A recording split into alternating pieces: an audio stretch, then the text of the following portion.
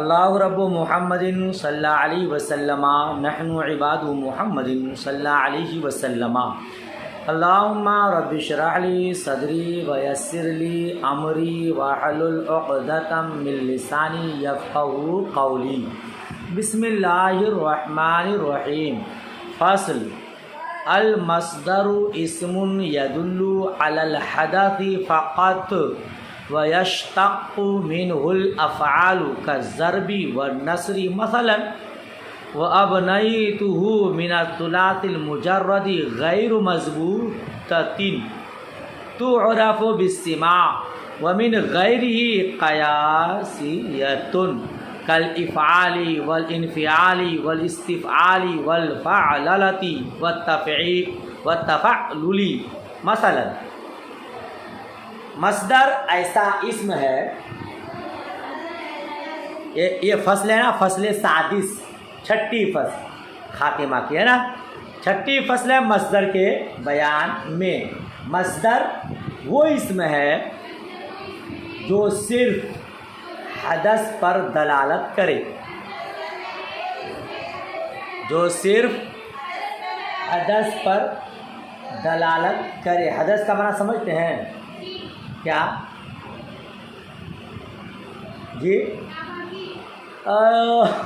ناپاکی وہ نہیں، آپ کو میں نے شروع میں بتایا تھا فعل تین چیز سے مرکب ہے۔ اقتران بالزمان، نسبت الی فاعل ما، معنی حدثی ہونا۔ یہ حدث کا معنی ناپاک نہیں، ہونا۔ کیا ہونا؟ حدث قائم بے ذاتی نہیں ہوتا بلکہ قائم بے غیری ہوتا ہے، یعنی غیر سے صادر ہوتا ہے۔ جیسے ضرب، نصر ہے نا، مارنا، مدد کرنا، یہ کسی اور کے ساتھ پایا جاتا ہے۔ زید سے پایا جاتا ہے، بکر سے پایا جاتا ہے، خالد سے پایا جاتا ہے، اس کو کہتے ہیں معنی حدثی۔ سمجھ شریف میں بات آئی؟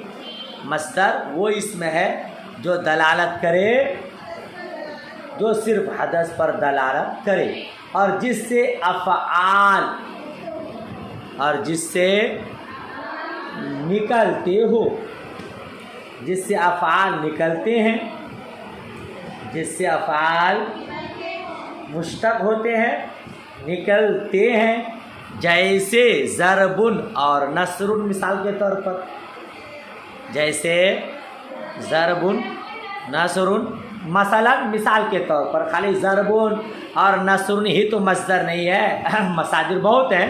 مثال کے طور پر ضرب ہے، نصر ہے، ضرب یضرب نکلتا ہے، نصر ینصر نکلتا ہے نا؟ تو آپ تو اسے بار بار پڑھ چکے ہیں، مصدر جس سے کوئی نکلے، ہے نا؟ تو یہ مصدر کی تعریف ہوئی، جس سے کیا کرے؟ افعال نکلے، جیسے ضرب، نصر، مثال کے طور پر۔ وہ ابنیت من الثلاث المجرد غیر مضبوطۃ، اور اس کے اوزان اور اس کے بنیاد، ابنیت کا نام بنیاد، اوزان ثلاثی مجرد سے غیر مضبوط ہیں۔ غیر مضبوط کا مطلب محفوظ نہیں ہے۔ کتنے اوزان ہیں یہ محفوظ نہیں ہے، کس سے؟ ثلاثی مجرد سے۔ تعرف بالسماع، وہ سماع کے ذریعے پہچانے جاتے ہیں۔ ثلاثی مجرد کے کتنے اوزان ہیں یہ معلوم مکمل طور پر نہیں ہو سکا ہے۔ یہ کلام عرب میں جتنے استعمال ہوئے ہیں اتنے ہی پہچانے جاتے ہیں۔ اس کا ای معنی ہوا۔ سمجھ شریف میں بات آ گئی؟ ومن غیرہ قیاسیۃ، اور اس کے علاوہ قیاسی ہیں۔ اس کے ثلاثی مجرد کے جو اوزان ہیں وہ سماعی ہیں، قیاسی نہیں ہے۔ کتنے ہیں؟ تلاش کرنے کے بعد سیبویہ نے بتایا 32۔ کتنے؟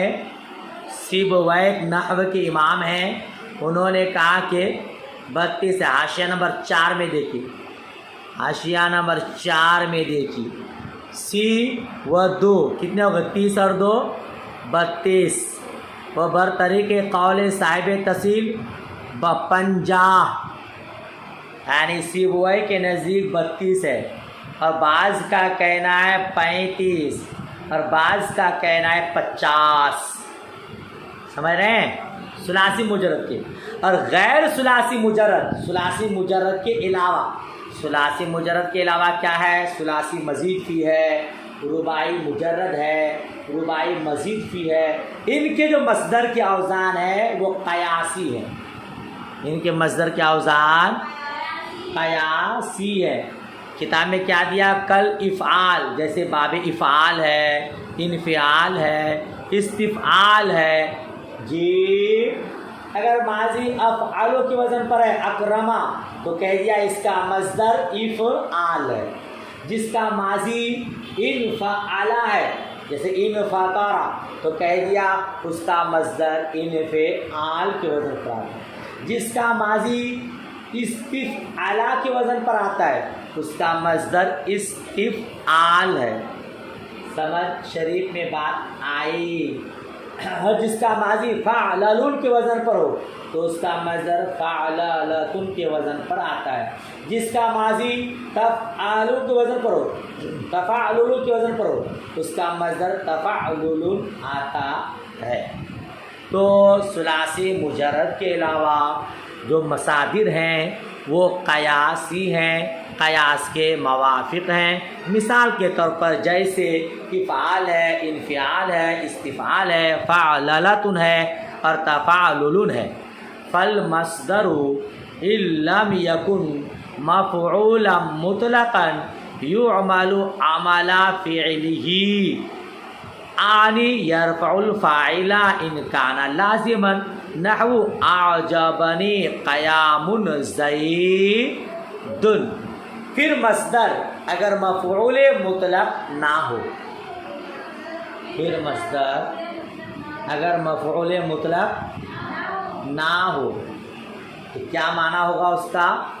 کیا عمل ہوگا اس کا؟ یعمل عمل فعل، تو وہ اپنے فعل کا عمل کرے گا، یعنی فاعل کو رفع دے گا، یعنی فاعل کو ایسا کہیے۔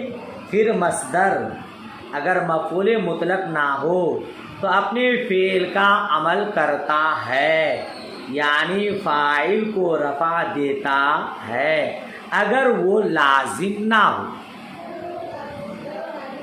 ان کانا لازمن اگر وہ لازم ہو، اگر وہ جیسے اعجبنی قیام زید، مگر یہاں کیا لکھا؟ اعجبنی قیام زید، تو اعجبنی قیام زید میں قیام مصدر لازم ہے کہ زید را رافع نمود، میں نے سدو لکھا ہے نا کہ زید کو رفع دیا ہے۔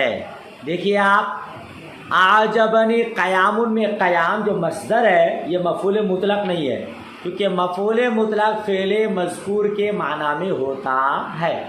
مفعول مطلق کی تعریف جو پہلے فعل کے معنی میں ہو، تو قیام یہ مصدر ہے مگر فعل مذکور کے معنی میں نہیں ہے، تو یہ ہو گیا کیا کہتے ہیں کہ مفعول مطلق نہیں ہوا، اور یہ فعل لازم مصدر لازم ہے۔ یہ کیا ہے؟ مصدر لازم ہے۔ تو زید کو قیام نے رفع دیا، زید کو قیام نے رفع دیا۔ وَيُنْصَبُ مَفْعُولًا أَيْضًا إِنْ كَانَ مُتَعَدِّيًا، اور نصب بھی دیتا ہے مفعول کو اگر وہ متعدی ہو، کیا بولیں گے؟ اور نصب بھی دیتا ہے مفعول کو نصب بھی دیتا ہے اگر متعدی ہو، جیسے اعجبنی ضرب زید عمرا، یہ ضرب مصدر ہے، وہ مصدر مفعول مطلق نہیں ہے، اور وہ متعدی ہے. تو اب اس ضربن نے امرن کو نصب بھی دیا، زید کو مرفوع کیا، رفع دیا، اور امر کو منصوب کیا. سمجھ شریف میں بات آ رہی ہے. ولا یجوز تقدیم مفعول المصدر علیہ، اور مصدر کیا لکھا؟ تقدیم و معمول مصدر. ہاں، مصدر کے معمول کو اس پر مقدم کرنا جائز نہیں، اور مصدر کے معمول کو اس پر مقدم کرنا جائز نہیں ہے. فلا یقال اعجبنی زید ضرب امرا، ٹھیک ہے؟ تو اعجبنی زید ضرب امرا نہیں کہا جائے گا. بولیے، نہیں کہا جائے گا. یہاں دیکھیے آپ کیا کہا، مصدر کے معمول کو مقدم کرنا اس پر جائز نہیں ہے. تو اعجبنی زید ضرب امرا، ضرب کا معمول کیا ہے؟ ضرب مصدر ہے، اور اس کا معمول کیا ہے؟ زید. اس کا معمول کیا ہے؟ معمول کا مطلب جس پر عمل کیا ہے. ضرب نے زید پر عمل کیا تو زید ہو گیا معمول. اب معمول کو، مصدر کے معمول کو مصدر پر مقدم کرنا جائز نہیں، لہذا زید ضرب امرا نہیں کہا جائے گا. سمجھ شریف میں بات آ رہی ہے. معمول کو مقدم کرنا کیوں جائز نہیں ہے؟ کیونکہ مصدر عامل ضعیف ہے. مصدر عامل ضعیف ہے، اور ظاہر سی بات ہے جب عامل ضعیف ہو تو وہ مقدم پر عمل نہیں کر پائے گا، مقدم پر عمل نہیں کر پائے گا. اسی لیے مصدر کے معمول کو مصدر پر مقدم کرنا جائز نہیں ہے نا. لہذا اعجبنی زید ضرب امرا نہیں کہا جائے گا کہ ضرب جو مصدر ہے وہ عامل ضعیف ہے، وہ پہلے جو زید آ چکا ہے اس پر عمل نہیں کر پائے گا، اس کے بعد آئے گا تو عمل کر پائے گا. ولا امرا ضرب زید. اب یہ مصدر چونکہ فاعل کو رفع کرتا ہے، مفعول کو منصوب کرتا ہے، نصب دیتا ہے. تو اگر مفعول کو نصب دے تو اس مفعول کو مصدر پر مقدم کرنا بھی جائز نہیں ہے. اس کی مثال اعجبنی زید امرا، اعجبنی امرا ضرب زید، ایسے ہوگا. سمجھ میں بات آ رہی ہے. آگے خالی کیا کہا؟ ولا امرن ضرب زیدن، یعنی امرن ضرب زیدن بھی نہیں کہا جائے گا. جی پوری مثال اعجبنی امرن ضرب زیدن بھی نہیں کہا جائے گا. کیوں؟ نیچے لکھا بتقدیم مفعول بر مصدر، کہ امرن ضرب کا مفعول ہے تو امرن ہو گیا ضرب مصدر کا معمول، اور معمول کو مصدر پر مقدم کرنا جائز نہیں. بات ختم ہو گئی. وَيَجُوزُ اضافت الی الفاعل، اور اس کی اضافت فاعل کی طرف کرنا جائز ہے.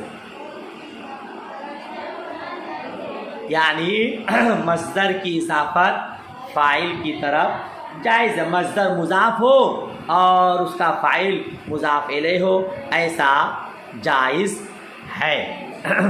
ٹھیک ہے نا. جیسے کرہت ضرب زید امرا، کرہت ضرب زید امرا. کرہت فعل ہے، ضرب مصدر ہے، اور زید فاعل ہے، تو ضرب مصدر فاعل کی طرف مضاف ہے. ٹھیک ہے نا. معنی کیا ہوگا؟ میں نے زید کا امر کو مارنا ناپسند کیا. کیا معنی ہوگا؟ میں نے زید کا امر کو مارنا ناپسند کیا، اچھا نہیں کیا اس نے مار کے۔ بتانا یہ ہے کہ ضربہ مصدر زائد فاعل کی طرف مضاف ہے اور یہ ترکیب جائز ہے۔ وہ الی المفعول بہ، اور مفعول بہ کی طرف بھی اضافت جائز ہے، جیسے کرے تو ضربہ عمر زید، عمر یا مفعول بہ ہے اور اس کی طرف یہ مصدر مضاف ہے۔